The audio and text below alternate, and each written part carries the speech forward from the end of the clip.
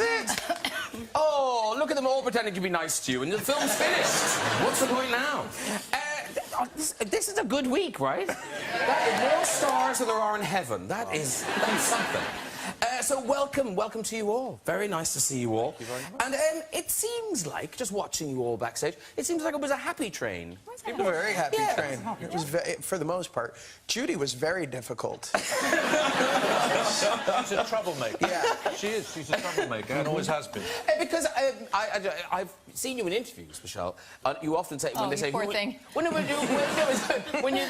they say who would you like to work with, you often say Dame Judi Dench. Yeah. So was it everything you hoped?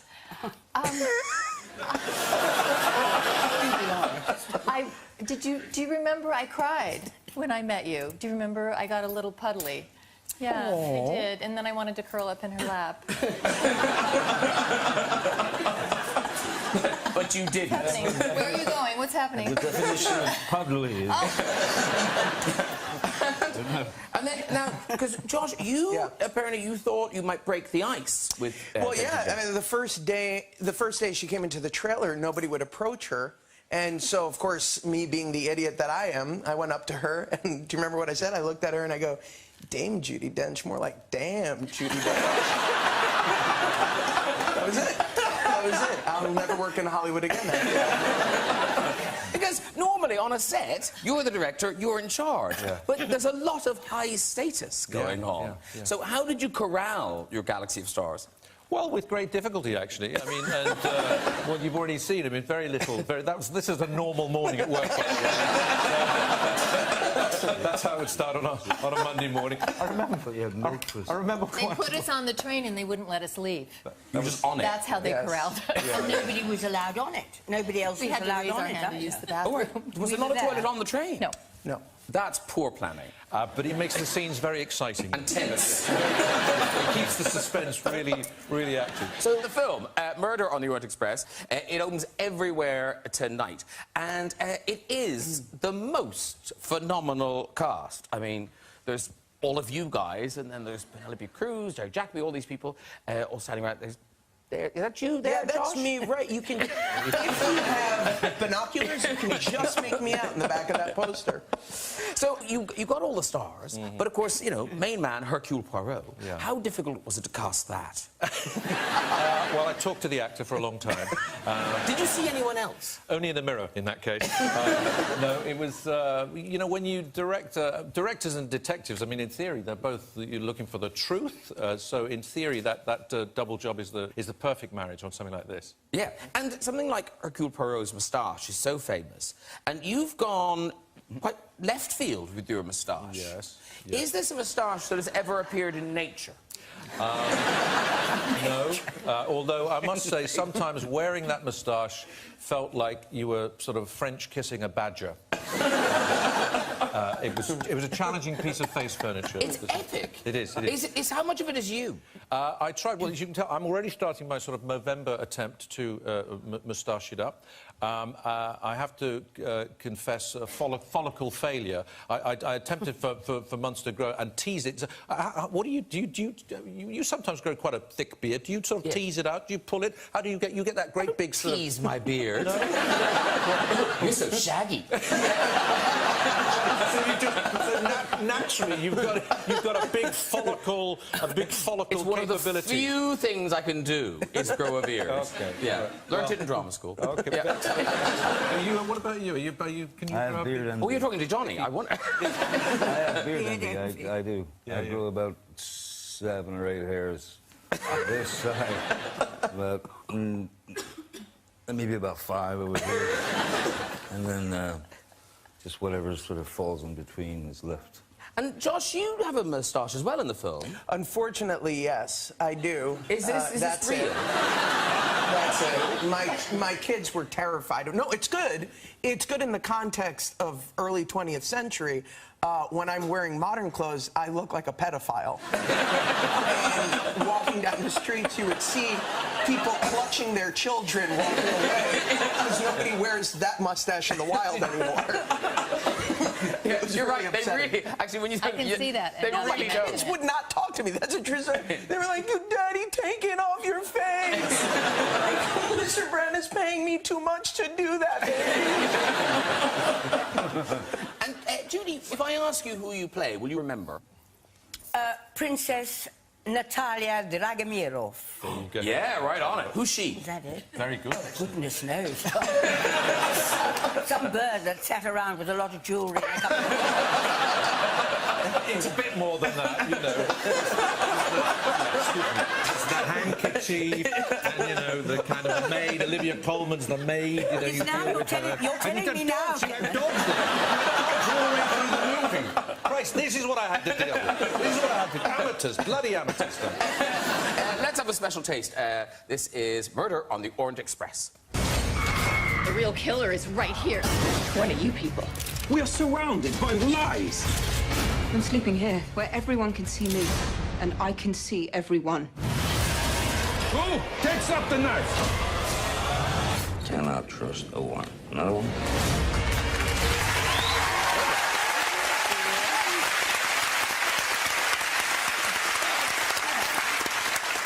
It was nice. I mean, it is, as you say, it's a real train. You are on an actual train. It didn't go anywhere, the train. Well, we went, in order to get amazing sort of spectacle shots, to New Zealand and France and Switzerland and Malta.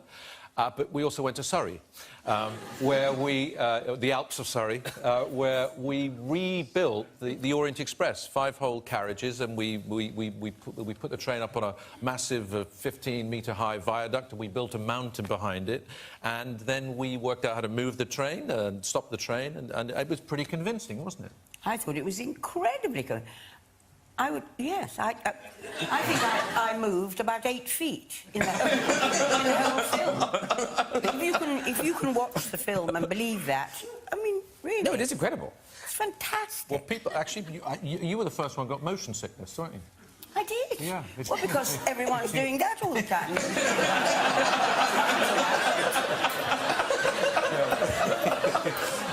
It was the first morning when I told Judi she didn't have to do that. We'd make it work from below the train. It was very good to see that she could.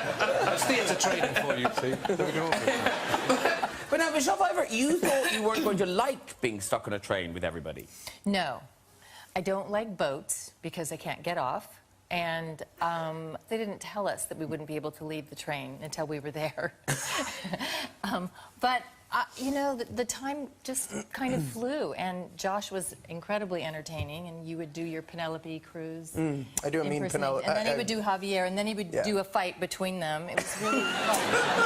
I didn't see that because I was always directing. Did Penelope find it funny? I didn't see it. Oh, Josh. No, Penelope, she found it the opposite of funny, I think. No, she would always look at me and she would literally say, "Is that really the way you look at what I sound like? That is how I sound to you?"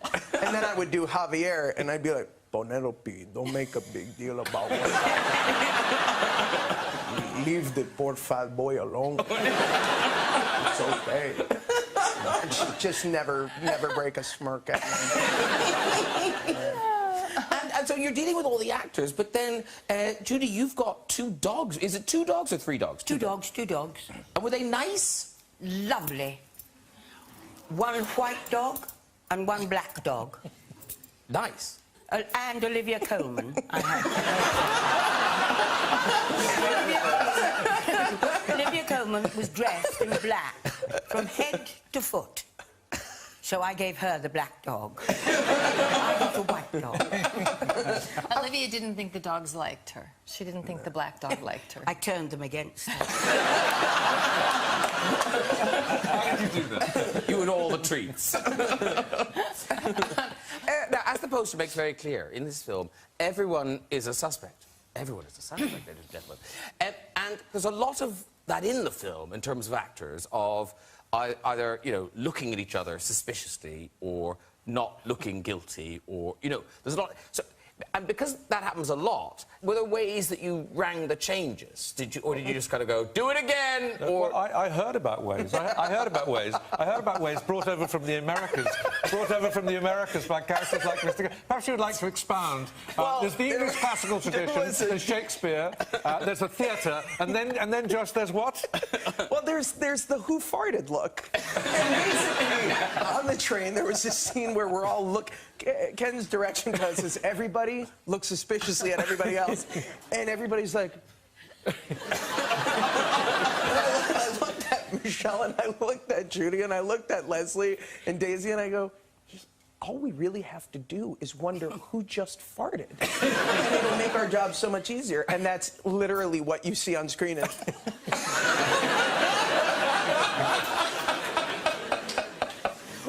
tell you what, let's practice your suspicious poker faces. So you're suspicious, but you didn't do it. Okay, so we'll just imagine someone on the sofa has just let one rip.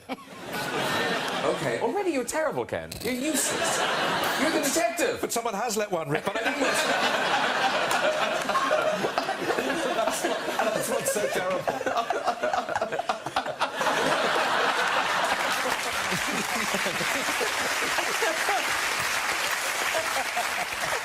Okay, come on, focus, everyone. Okay, here we go. So, somebody has let one drop. Is it Josh? He looks like a farter. He suspects Ken. Ken had a big lunch. Michelle has never farted in her life.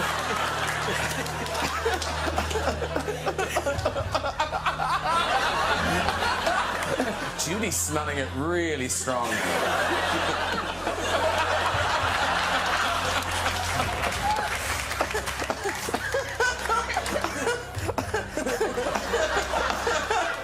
John is channeling a bloodhound.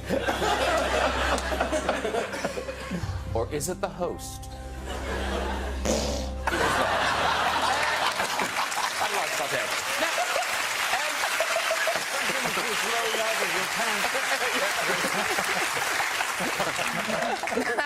What would you tell you what? Sorry to interrupt, but these are all incredibly competitive games players. It's right to say that, isn't it? Absolutely. You look at me as if that's all. These are the worst. You love it. So anything, charades, crosswords, you know, pub quiz, movie trivia, and whatever. And what I did find to just get their attention, you know, although they were. You had a quiz. You we used to did ask a quiz. Exactly. We had a quiz. I'll try this out in the audience. Sorry, it's a bit of a cryptic one, but this is what I remember doing it on the day. I wonder if you can remember who got it. They were a bit noisy. We had to get a move on. We had a scene involving all of them. I said, OK, hold on then. The person who answers this question after we say cut gets 20 quid. OK, it's a lateral cryptic clue. What German refusal produces a musical connection in cinema between Penelope Cruz and Judi Dench? Nine! Correct! Wow! Good. Well done, excellent. You're not getting 20 quid. Well done. Do you remember who got that? It was because I remember so I gave that question before I said action, and they all went like that. So talk about being serious. It was an unbelievably tense scene then. Was it Willem? It wasn't Willem. It was Leslie Odom Jr. Who practically climbed over Willem Dafoe to get the 20 quid. It was so craven. But the quizzes now, see, I can imagine Judi Dench and Michelle Pfeiffer, top of the class in quizzes. Why do I think, Johnny Depp, you're not very good in quizzes? I was until I was about 3. Something changed, I don't know. But the film's over now, so Josh, you can speak freely. Yeah. You hated the quizzes, didn't you? I hated the quizzes because most of them were Shakespeare. And it brought, I mean, everybody, all the Brits, there were like 3 Americans. Yeah, I hated it too. And we were literally like, ask a Back to the Future question. Ask us about Batman Returns. Stop it with Hamlet. But now, you are a kind of a Star Wars-y person, Josh. I am. And poor Daisy Ridley, I think you made her life hell. I did. Did she crack, ever? No, the Disney lawyers got to her before I did. She wouldn't give me anything. I tried. I mean, I utilized some very powerful friends, including Dame Judi Dench. Damn, Judi Dench. And we tried, but she wouldn't crack. What, you asked her questions? No, certainly not. Now, he says it, but I had nothing to do with it. There is photographic evidence. There's photographic evidence. This is you for some... I think, are you a character in Star Wars? I'm not sure. Well, Lawrence of Arabia, it's one of those. You sort of draped yourself in a thing. Can you explain that, Josh? It was magic, is what it was. She looked at us. Daisy and I knocked on her door, and we go, "Would you mind doing this video with us?" Asking Daisy these questions from Star Wars, and she looked at us and she said, "I would love to, but I haven't the faintest idea what Star Wars is." But she did it, and she should be cast. She looks like a Jedi Knight. She's incredible. Well, there's another one coming, so yeah. There we go. Yeah. Now, in terms of behaving, and you were all very professional, but the two of you have a very bad reputation, don't you, in terms of corpsing and giggling on sets? It's, well, it's... No, you too. It's you. It's you. Oh. I was never in trouble till I met you. I cannot believe it. I cannot believe it. Also, she's one of those ones. So is Jonathan Depp there, who can be. We had a scene also in the movie where we eat together, and both Johnny and Judi can do the thing of either saying something amusing or paraphrasing or eating something or making an unfortunate noise, twinkle but not laugh, or absolutely know when the camera's on you. So they'll do the, if there's a squelchy sound from a cake that sounds like another kind of sound, that'll happen suddenly when it's your close-up. I absolutely, I point the finger back at these two troublemakers. Yeah. But the two of you, now, Judi, you've worked with Ken, is it 10 times? So many times. It's not worth going into, is it? we have worked 10 times over 30 years, wow. Including when I asked her about being in this. She was the first person I asked to be on the train, and she very kindly said yes before I'd finished the sentence, and it was, that was very thrilling because it made a big difference to everybody else. But I used to go and talk to her about it in our dressing room at the Garrick Theatre, where we were doing Shakespeare's play The Winter's Tale. And going into Judi's dressing room was always like going into the bookies, because you like your horses, don't you? You do, you like. So she does, so she's there. I'm studying Shakespeare like a wild thing. She's bent over the Sporting Life, just checking out the 3:10 at Linkfield. And we were having a chat. I go in there one night, having a chat. I said, so it's very exciting. May have Johnny Depp maybe in the show, and Michelle Pfeiffer is always exciting. Josh Gad. She said, oh, that's thrilling. She was sitting there with her dressing gown on. We get our call over the town. Oh, Mr. Branagh, Miss Dench, you're on. So she gets up, we continue talking. Great, so we're going to build a train, and it's all going to be fantastic. We get into the wings, ready to go on. There's 30 seconds to go. She throws off her dressing gown, and there's nothing on from below the waist. I mean, I had the quickest of looks, just to... I can confirm, like the song, there is nothing like a dame. But so Judi's dress had to run all the way back to the dressing room, come back on with her skirt, and then she walked on like that. For the whole of the rest and then all the things she used to do, like that, she couldn't do. So it was like doing the rest of the scene with somebody acting in semaphore. I'm drafty, Judi. I'm surprised you didn't notice. I was quite surprised. Likes her horses. She likes her horses. Because Johnny, you have worked with Deb Judi before. Yes, twice before. Yeah. Well, once properly in Chocolat. And once improperly. Well, no, but the second time it was a blink, and you weren't credited the second time, were you? It was improper. Was I not credited? I don't think you were. Excuse me, I've never heard that before. No, as far as I know, do you know, it's a blink and you'll miss it bit in, I think it's the 4th Pirates of the Caribbean. I don't know. I think it's the 4th one. But this is the two of you sharing a carriage for the first time. Here.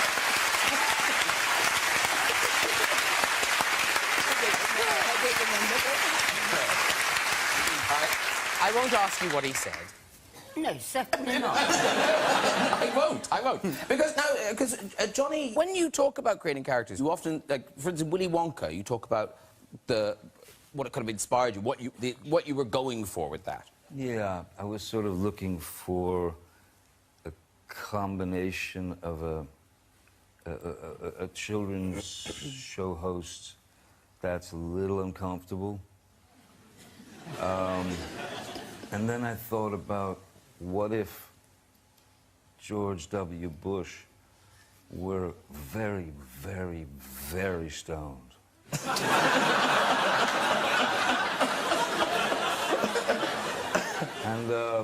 those thoughts collided. And I ended up in a Prince Valiant wig for about 6 months. And then Edward Scissorhands, that sounds like quite a sweet combination. And, yes, yeah. Scissorhands was, I mean, when Scissorhands arrived for me to read, I was, you know, I thought, you know, this will never be for me. And I read the thing, and it just flattened me. I mean, it just destroyed me. You base a character like that, something that's so incredibly pure.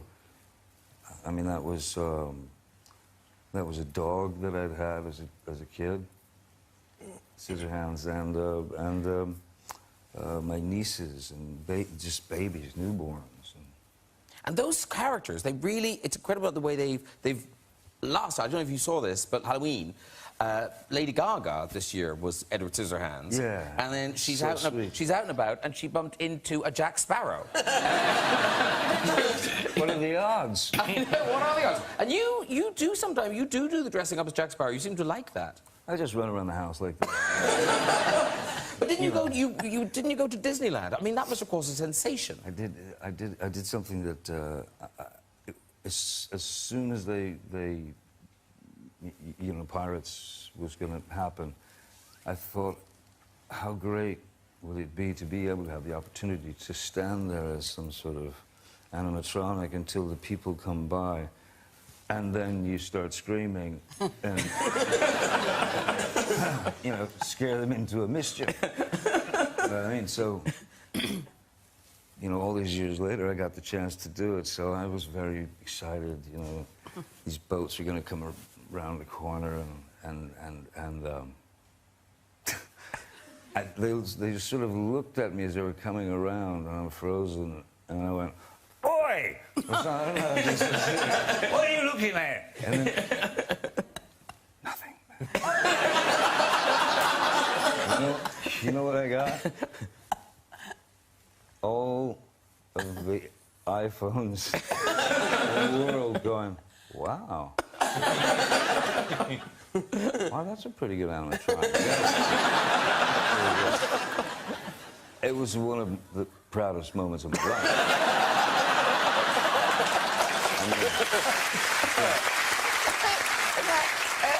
Josh, when you come to do something like Frozen, you're amazing. Oh, thank you. Was that character drawn? Was Olaf drawn already? It's the first day you get there to record. I remember the directors saying 3 words to me: innocence, naivete, and love. Those were the 3 things that they said to me. And I immediately thought about my daughter, who was 2 years old. And the way she looked at me with this googly eyes was Olaf. It was, everything was a question, even when it wasn't a question. I love you. You know, can I get more food now? Like, it was like that kind of stuff. And that just seemed so right for that little guy. Like, this just sort of newfound, almost like Edward Scissorhands, like, you're new to the world. And was it that daughter who then became obsessed by the movie? Oh, yeah. She became unhealthily obsessed for a good couple of months. She once looked at me, so weird. She was making all of these, like, grumbling noises in the playroom. And I go in and I go, "Ava, are you okay?" And she goes, "Daddy, walk away. My powers are too strong."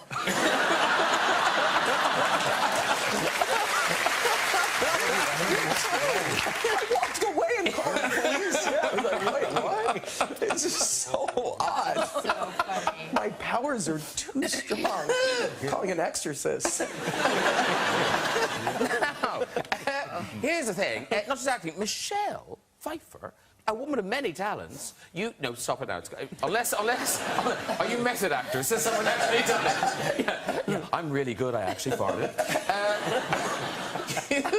You sing. You sing the. Now, what is it called when the song's at the end? Just the end song. The end titles. End title song. Song? The end title song. Yeah.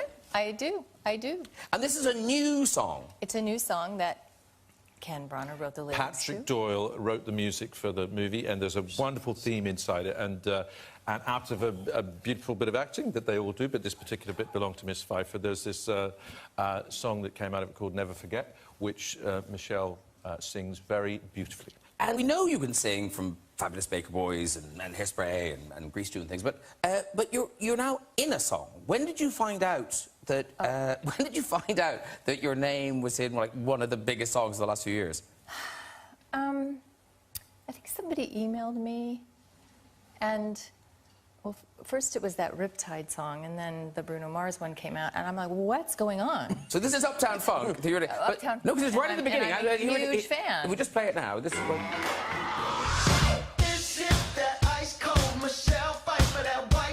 How cool is that? You're in a song. It's good. It's very good. Yes, it's very good. Yeah. But did they ask your permission? I suppose they don't need to. No, I don't think they have to. I don't think they have to. I mean, I was incredibly flattered. Yeah, it was very cool. It was a little embarrassing at times. You know, I'm in carpool with the kids, and the song comes on, and my son's like...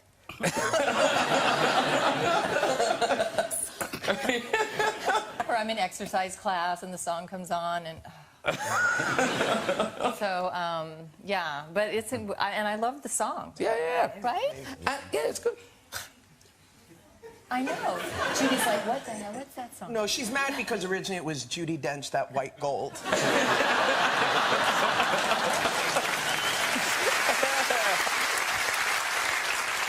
Now, very quickly, ladies and gentlemen, when it comes to music, there is someone on this couch who can really spit some bars.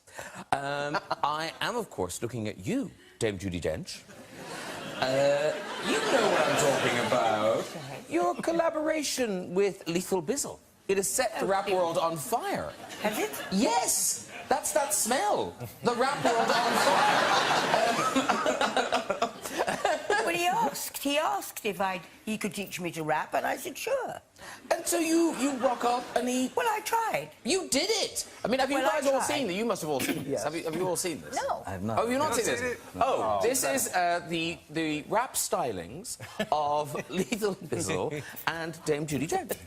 How? May I ask them quickly? How? Yeah, How? yeah, How? if you don't know about me, How? may I ask them quickly? How? One more time, let's go. How? Yeah, I'm due to the E. How? If you don't know about me, How? may I ask them quickly? How? Yeah, I'm pow, you know? How? Yeah, I'm due to the E. How? If you don't know about me, How? may I ask them quickly? How? Yeah, I'm...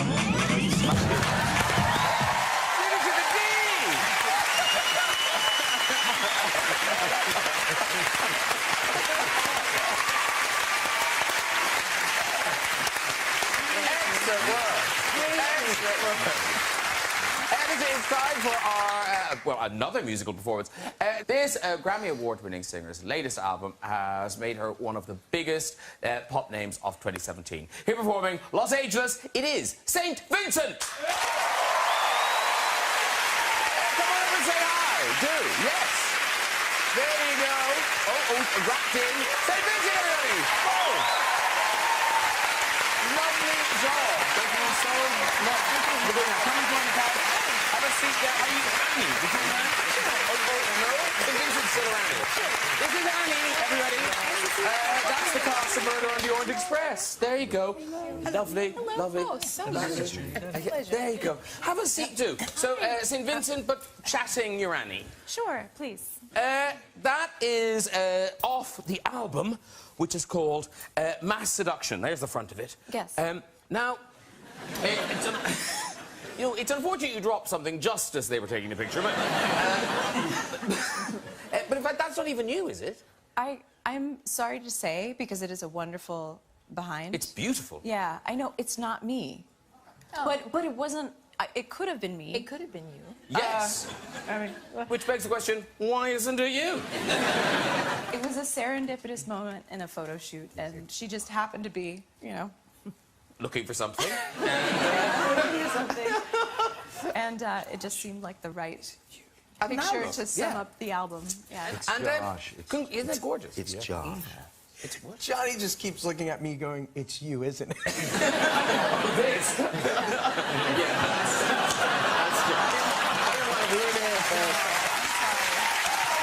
I figured you might as well come clean now.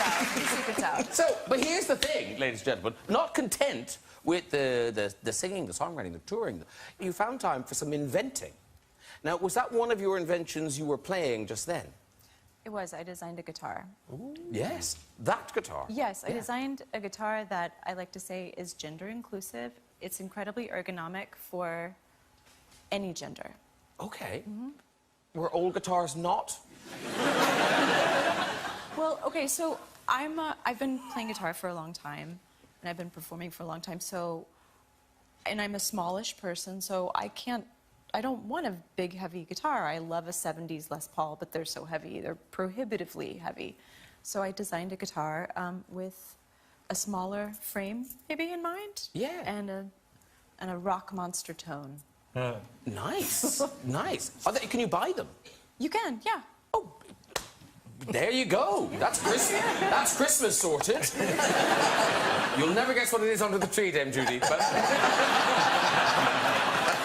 It's going to be a St. Vincent. Listen, thank you so much for doing that. That looked beautiful. I loved the look of that performance and the sound of it. St. Vincent, everybody. Nearly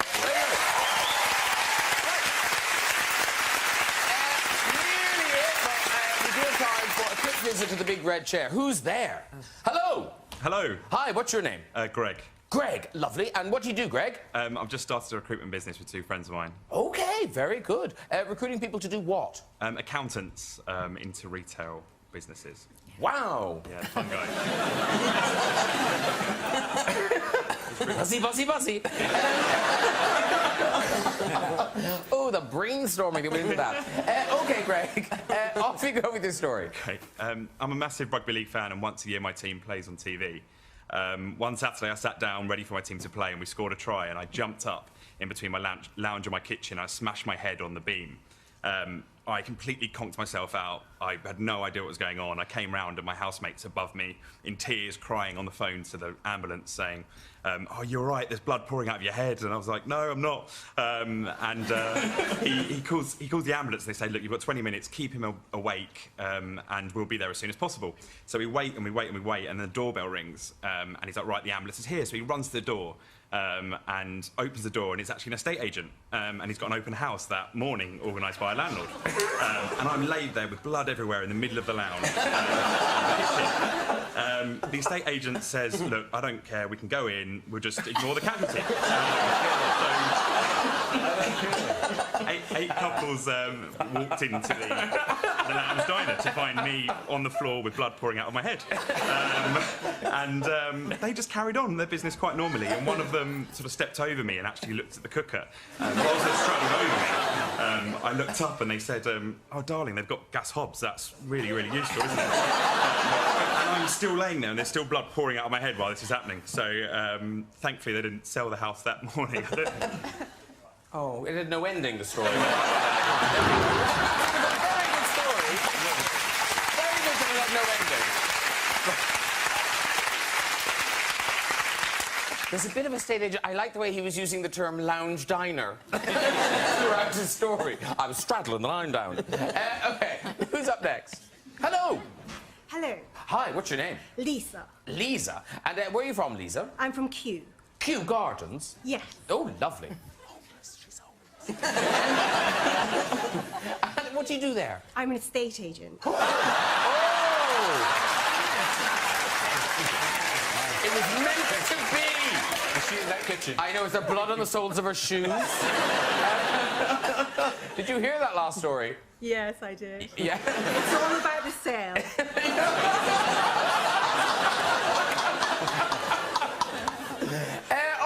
All right, Lisa, let's see if you can top that. Off you go with your story. Yes, when I was younger, I used to live on the Abergeldy estate in Scotland, and neighbouring Balmoral, the Queen's Scottish home.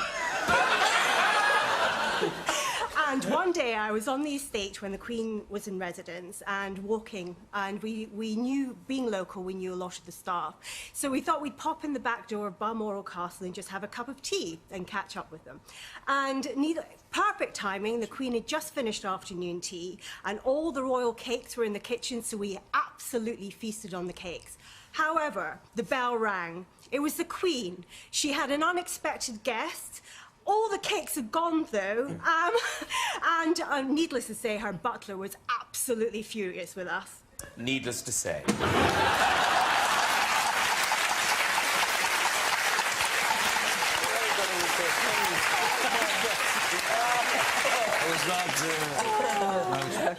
One more. Okay, one more. This is the one. This is the one. People have come from abroad for this. Come on. Okay, here we go. Here we go. This is the one. This is the one. This is the one. Hello, sir. Hello. What's your name? Robert. Robert. Robert or Robin? No, Robert. Robert, right, very good. And what do you do, Robert? I've got a little company. We do kitchens and we fit kitchens. Oh, OK, very good. Off you go, Robert. OK, in my teens, I had a girlfriend, and her father was a strict Catholic. He hated me with a vengeance. So it's Christmas Eve. The father says to my girlfriend, we're going out, you're staying in. So she says, I'm only staying in to babysit the brother if Robert can come round. So he finally agrees. I come round, they go out, the lights go down, the movie goes on, the lights come up, they come back. The mother says, oh, I'll make everybody a cup of tea. So we sit down and have a cup of tea. The dog comes in, sits in the middle of the lounge, starts coughing, coughs up, all of a sudden coughs up a condom.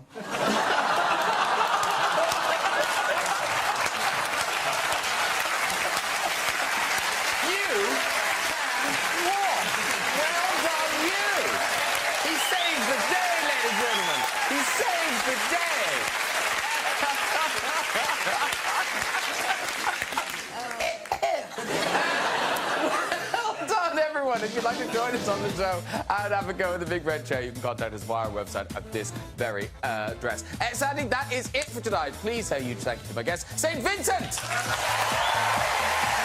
Gad, Michelle Pfeiffer, Judi Dench, Dame Judi Dench, and Sir Kenneth Branagh.